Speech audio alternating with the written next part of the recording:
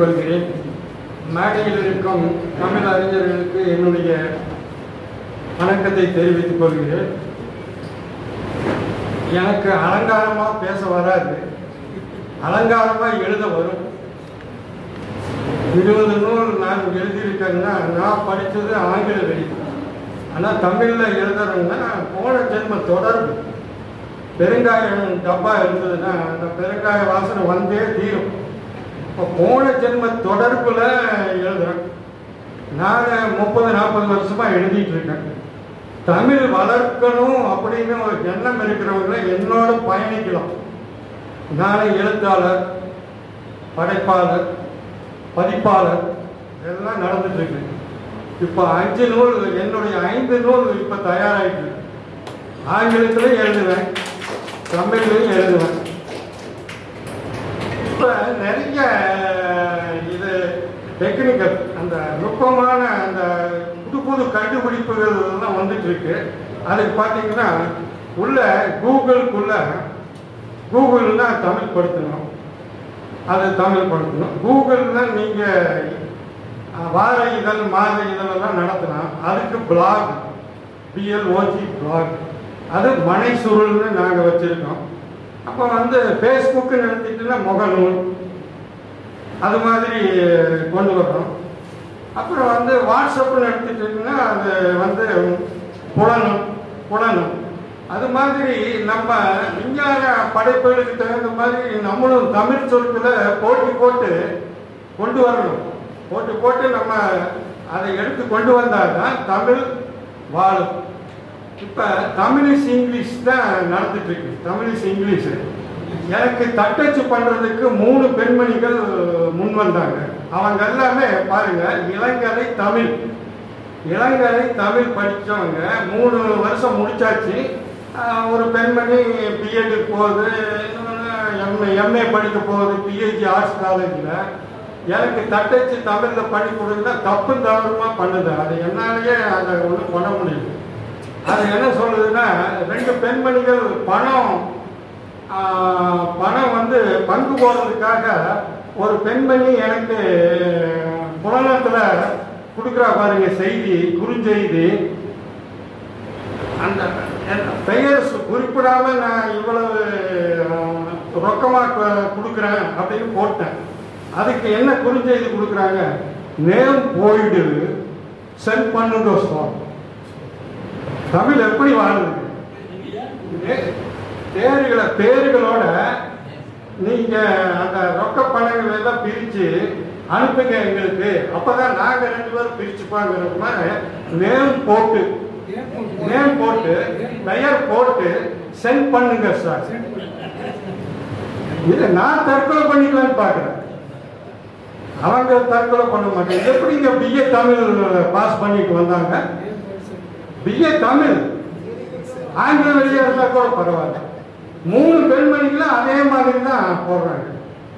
3 பெண்மணிகளும் அதே மாதிரி தான். முனைவர்களும் அப்படிதான் பேசுறாங்க. ஆனா முனைவர்கள் எல்லாமே பைகாட் பண்ணி வருவாங்க.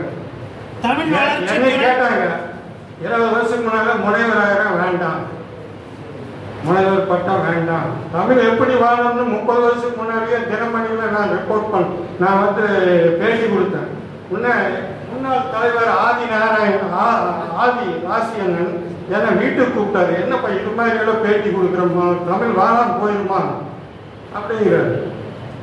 அப்ப 30 வருஷத்துக்கு முன்னால அமைச்சர் தமிழ் குடிமகன் இருந்தாரு, கலைஞர் இருந்தாங்க. தாய்மையை பற்றி உங்கு வேணுமான்னு ஒரு கவிதை தொகுப்பு போட்டேன். அவருக்கு கடிதம் எழுதின, கலைஞருக்கு கடிதம் எழுதின, தமிழ் குடிமகனுக்கு எழுதின ஒரு பதிலும் வரல. எப்படி 1000 நூல் போட்டுட்டு நான் அவ்வளவு செலவு பண்ணிட்டு ஒரு நூலகத்துக்கு கூட ஒரு கவிதை தொகுப்பு எடுக்கிறது இல்லை. அதை ஒதுக்குறாங்க. தமிழ் அந்த கவிஞர்களுக்கு அந்த கவிதை நூல்கள் எல்லாம் உள்ள போறதுக்கு கஷ்டம், கடினம். அதனால நான் என்ன பண்ணேன், சிறுகதை எழுத ஆரம்பித்தேன், கட்டுரை எழுத ஆரம்பித்தேன், அப்புறம் புதினம் எழுத ஆரம்பித்தேன், பயண இலக்கியம் எழுத ஆரம்பித்தேன். எல்லாத்துலேயும் என்னை பன்மொழி பல திறமைகளை வளர்த்தவங்க தமிழ் குடிமகன் கலைஞர் தான். எழுத நான் எழுதுவேன், எனக்கு எழுத தெரியும், எல்லாத்தையும் புரிந்து விளையாடு. இப்போ என்னது 13 நூல்கள் தமிழ்நாடு நூலகத்துக்கு தேர்வு பண்ணியிருக்காங்க. 13 நூல். நான் யாருக்கும் லஞ்சம் கொடுக்கல, யாருக்கும் எதையும் கேட்கல. நான் அப்புறம் அதே மாதிரி நீங்க 10 இலக்கியங்களுக்கு போறதே கிடையாது. சங்க இலக்கியத்திலேயே அது எல்லாமே அங்கேயே இருக்கிறாங்க. அது ஏங்க 10 இலக்கியங்களுக்கு போறதில்லை? 10 இலக்கியங்கள்ல சேரமான் பெருமான், சேர மன்னன் எல்லாம் அப்ப இருந்தவங்க தான் கவிஞர்கள், மன்னன் தான், எல்லாம் அரசர்கள் தான், அவங்களே கவிஞர்கள் தான். சேரமான் பெருமான் வந்து உலா பாட்டு எழுதணும். உலா பாட்டு கைலாசத்துக்கு போகும்போது உலா பாட்டு பயண இலக்கியம் முதல் 8ஆம் நூற்றாண்டில் கொண்டு வந்தவர் சேரமான் பெருமான் தான். நானும் ஒரு பயண இலக்கியம் எழுதினேன். அவர் இமயமலை போறாரு, அவர் அங்கே உண்மையா நடக்குது. நான் வந்து இங்கே இமயமலைக்கு போனேன். போயிட்டு பயண இலக்கியம் இமய வளம்ங்கிற நூல் எழுதினேன். அதுக்கு எனக்கு பரிசு கொடுத்தாங்க. அமைச்சர் சி.வி. சண்முகம்னா இவர் பன்மொழி நல்ல பேச்சாளர் காளிமுத்து சபாநாயகர் பொன்னாரம் பார்த்து எனக்கு பரிசு கொடுத்தாங்க. சாதிக்க முடியுங்க, சாதிக்க முடியாம எங்க போகுது? தமிழ் வாழும். நான் பேட்டி கொடுத்தேன், அவ்வளவுதான். இப்ப முதற் சங்கம், இடைச்சங்கம், கடைச்சங்கம் 3 சங்கத்தை வளர்த்தாங்களா? முதல் சங்கம் யாரு? முருகப்பெருமாள். இடைச்சங்கம் அகத்தியர், கடைச்சங்கம் நக்கீரன். செப்பேடுகளும் கல்வெட்டுகளும் ஓலைச்சுவடிகளும் கடல் கோள்ல போயிடுச்சு. குமரி கண்டத்தோட லெமுரியா கண்டத்தோட எல்லாம் அழிஞ்சிருக்கு. நீங்க தமிழ் எப்ப தோணுச்சுங்க சொல்ல முடியுமா? யாராவதுனால தமிழ் யாராவது சொல்ல முடியுமா? தமிழ் எப்ப தோணுச்சு? தமிழ்னு இருந்தது. இவங்க ஆரியர்கள் வந்தாங்க, சமஸ்கிருதத்தை உள்ள புகுத்துறாங்க, மணிப்பிரவாத நடையெல்லாம் வந்து எழுதினாங்க. பரங்கியன் வந்தான், ஆங்கிலத்தை நுழைச்சான், தமிழ் இங்கிலீஷ் ஆயிடுச்சு. இப்போ அப்ப இது எல்லாமே சுவரோடு ஒழிக்கணும்னா என்ன பண்ணணும்? இளைஞர்கள் வரணும். இது மாதிரி குழந்தைசாமி ஐயா என்ன மாதிரி ஆளுகள் எல்லாம் எடுத்துட்டு எங்களோட நீங்க பயணிக்கணும். சும்மா மொபைல் வாங்குறதுக்கு, ஆப்பிள் மொபைல் வாங்குறதுக்கு 2 நாளா கியூல இருந்துட்டு வரிசையில் நின்றுட்டு ஆப்பிள் வேணுமா? அது இல்லை, 10 நாள் கழிச்சு வாங்கினா என்ன வாங்க?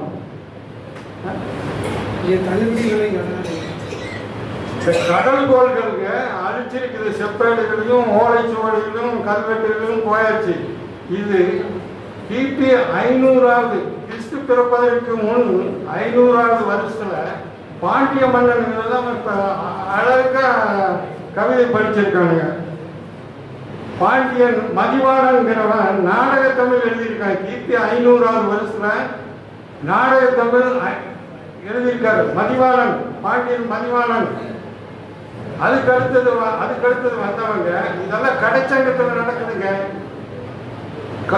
கடல் கோள் முடிச்சோன்னா மணலூருங்கிற இடத்துல வந்து எல்லாம் தம்பி மேல வந்து நம்ம தமிழ்நாட்டுக்கு மணலூருக்கு வந்து எல்லாம் தங்கி அங்கிருந்து மதுரைக்கு வர்றாங்க. மதுரைக்கு வந்ததுதான் கடைச்சங்கம். நக்கீரன் சிவபெருமான் 2 கவிதையை கொடுத்திருக்காருங்க. 2 பாடல். பொங்குதேர் வாழ்க்கை தருவிக்கு கொடுத்திருக்காருல்ல. அவர் பானபத்திரக்கு சேரமான் பெருமானுக்கு அனுப்புறார். போய் செல்வம் வாங்கிக்க, பணம் வாங்கிக்க அப்படின்னு ஒரு பாடல் கொடுக்கிறார். முருகப்பெருமாள் சிவபெருமான் சொல்லில் உயர்வு தமிழ் சொல்ல, சொல்லில் உயர்வு தமிழ் சொல்ல. எந்த மொழி நம்ம பக்கத்தில் வர முடியுமா? குளம்ங்கிறதுக்கு எத்தனை சொற்கள், தடாகம், தேங்கல், எத்தனை சொற்கள் இருக்குது. ஏரி. அப்புறம் வந்து தமிழ் எழுத்தாளர்கள் வந்து நீங்க புது சொற்களை ஐயா கொடுத்துரு, குழந்தைசாமி ஐயா கொடுக்கிற புது சொற்களை உள்ள எழுதணும். நீங்க எழுதுறதுல இருக்கு, மேடையில பேசுறதுல இருக்கு, கலக்க வேண்டாம். மேடையில பேசுறது எழுதுறது, வீட்டுல தமிழ்ல பேச சொல்லுங்க. தமிழ் மற்ற மொழிகளை கலக்காம பேசணும். இப்ப நான் வந்து ஆட்சியர் அலுவலகத்துக்கு போனேன். அண்ணா மறுமலர்ச்சி நூலகங்களுக்கு என்னோட நூல்களை எடுக்கணும்னு சொல்லிட்டேன். எடுக்கணும், தமிழக அரசு தேர்வு பண்ணிட்டான் நூலகத்துறையில். அதே மாதிரி நீங்க எடுக்கணும், அண்ணா மறுமலர்ச்சி நூலகங்களுக்கு எடுக்கணும். குக்கிராமங்கள் எல்லாம் இருக்கு. இப்ப சிஎம் நம்ம முதலமைச்சர் வந்து அதெல்லாமே புதுப்பிச்சிருக்காரு. எடுக்கணும்னு போனா அந்த தமிழ் சொல்லகராதின்னு நூல்கள் வந்திருக்குதுங்க. அவங்களும் முயற்சி பண்ணிட்டு தான் இருக்காங்க. தமிழ் சொல்லகராதி வந்திருக்கு, இருக்கு ஒரு 10 நூல் இருக்கு. அது வந்து நூல் போட்டு கட்டு போட்டுருக்கு, யாரும் எடுத்து படிக்கவும் இல்லை, ஒண்ணும் இல்லை. கோப்புகளில் தமிழ்ல எழுதுன்னு வந்திருக்கு, யாரும் படிக்கிறதும் இல்லை. அந்த அலுவலர்கள்லாம் படிக்கிறது கிடையாது. நீங்க ஒவ்வொரு மாவட்டத்துக்கும் போனீங்கன்னா தமிழ் வளர்ச்சி துறை இருக்கு. திருப்பூர் போங்க, கோயம்புத்தூர் போங்க, தமிழ் வளர்ச்சி துறை தனியா இருக்காங்க. என்ன தமிழ் வளர்த்துறாங்கன்னு எனக்கு தெரியும். ஆனால் நாம் வீடுகளில் எந்த மொழியும் கலக்காம தமிழ்ல பேசணும். மேடையிலும் அதே மாதிரி தான், எழுத்துலையும் அதே மாதிரி இருந்தால் தமிழ் வளரும். ஒரு தமிழ் ஆசிரியர் ஐயா கிட்ட கூட நூல் கொடுத்தார். ஸ்பூனுக்கு தேக்கரண்டின்னு சொல்ல வந்தவர். தரப்பிலேயே ஸ்பூன், ஒரு ஸ்பூன் இன்பமா, ஒரு ஸ்பூன் இன்பமா, ஸ்பூனாமா தலைப்பிலேயே வருது ஸ்பூன். தேக்கரண்டி எழுத வேண்டியது. ஐயா கிட்ட நூல் கொடுத்தாரு, கவிதை நூல்.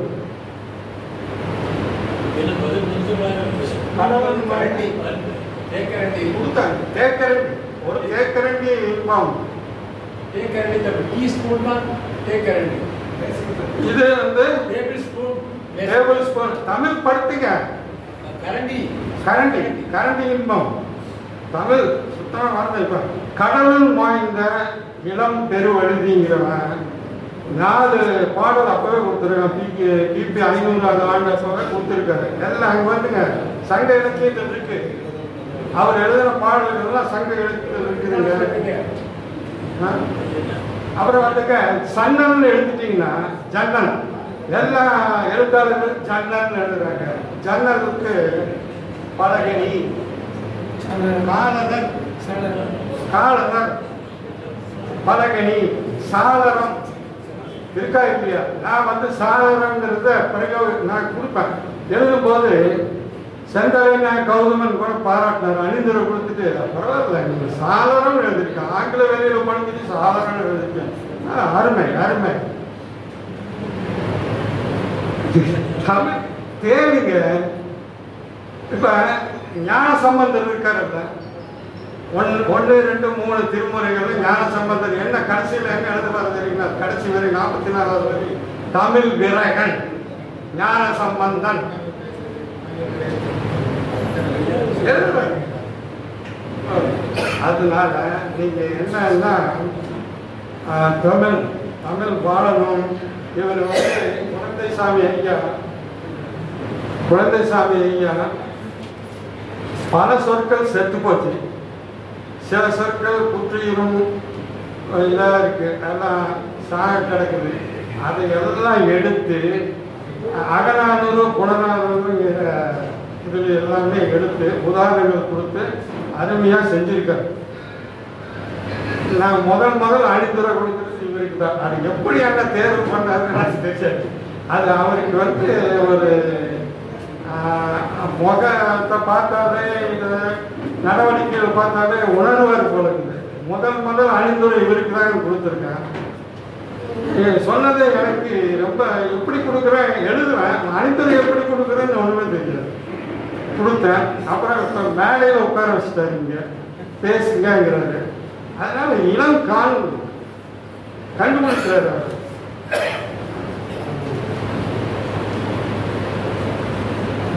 அதனால நீங்க இந்த ஒரு சிரிப்போட நான் முடிச்சுக்கிறேன். ஒரு தமிழ் அறிஞர், தமிழ் எழுத்தாளர் நிறைய நூல்கள் எழுதியிருக்காரு. அவரோட இளைய மகனை கூப்பிட்டு, அவன் இளைஞன் தான், 25 வயசு. அவர் உட்கார்ந்துட்டு மூப்பாச்ச எந்திரிக்க முடியல, அந்த அலமாரியில் இருக்கிற நூல் எடுத்துட்டு வாப்பா அப்படின்னா அவன் ஒரு நூல் கண்டு எடுத்துட்டு வர்றான். எல்லாரும் புஸ்தகம் புக்கு, அவன் நூல் கண்டு எடுத்துட்டு வர்றான்.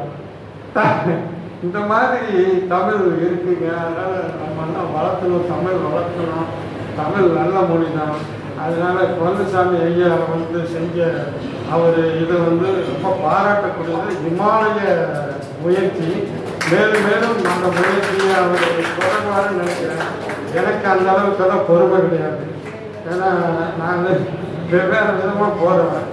காடுகளுக்கு மலைகளுக்கும் போய் எல்லாம் எழுதுவேன். நான் வெவ்வேறு பணியில் இருக்கிறேன், எழுதுறேன், பதிப்பாளர் வேலை. நீங்கள் யாராவது நூல் போடுறதுன்னா என்னை அணுகுங்க. 4 நூல் போதுமா, வீட்டில் வச்சு பார்த்துக்குங்க. 8 வேணுமா, 16 வேணுமா, 32 வேணுமா போட்டு தரேன். ஆனால் நீங்கள் தட்டச்சு போட்டு வரணும். என்னோட நம்பர் வாங்கிக்கோங்க. ஐயா எடுத்துருக்கு, அவர் எடுத்துருக்கு, வாங்கிக்கோங்க. தமிழை வளர்த்தலாம், தமிழ் எடுத்துங்க. எல்லோருக்கும் நன்றி.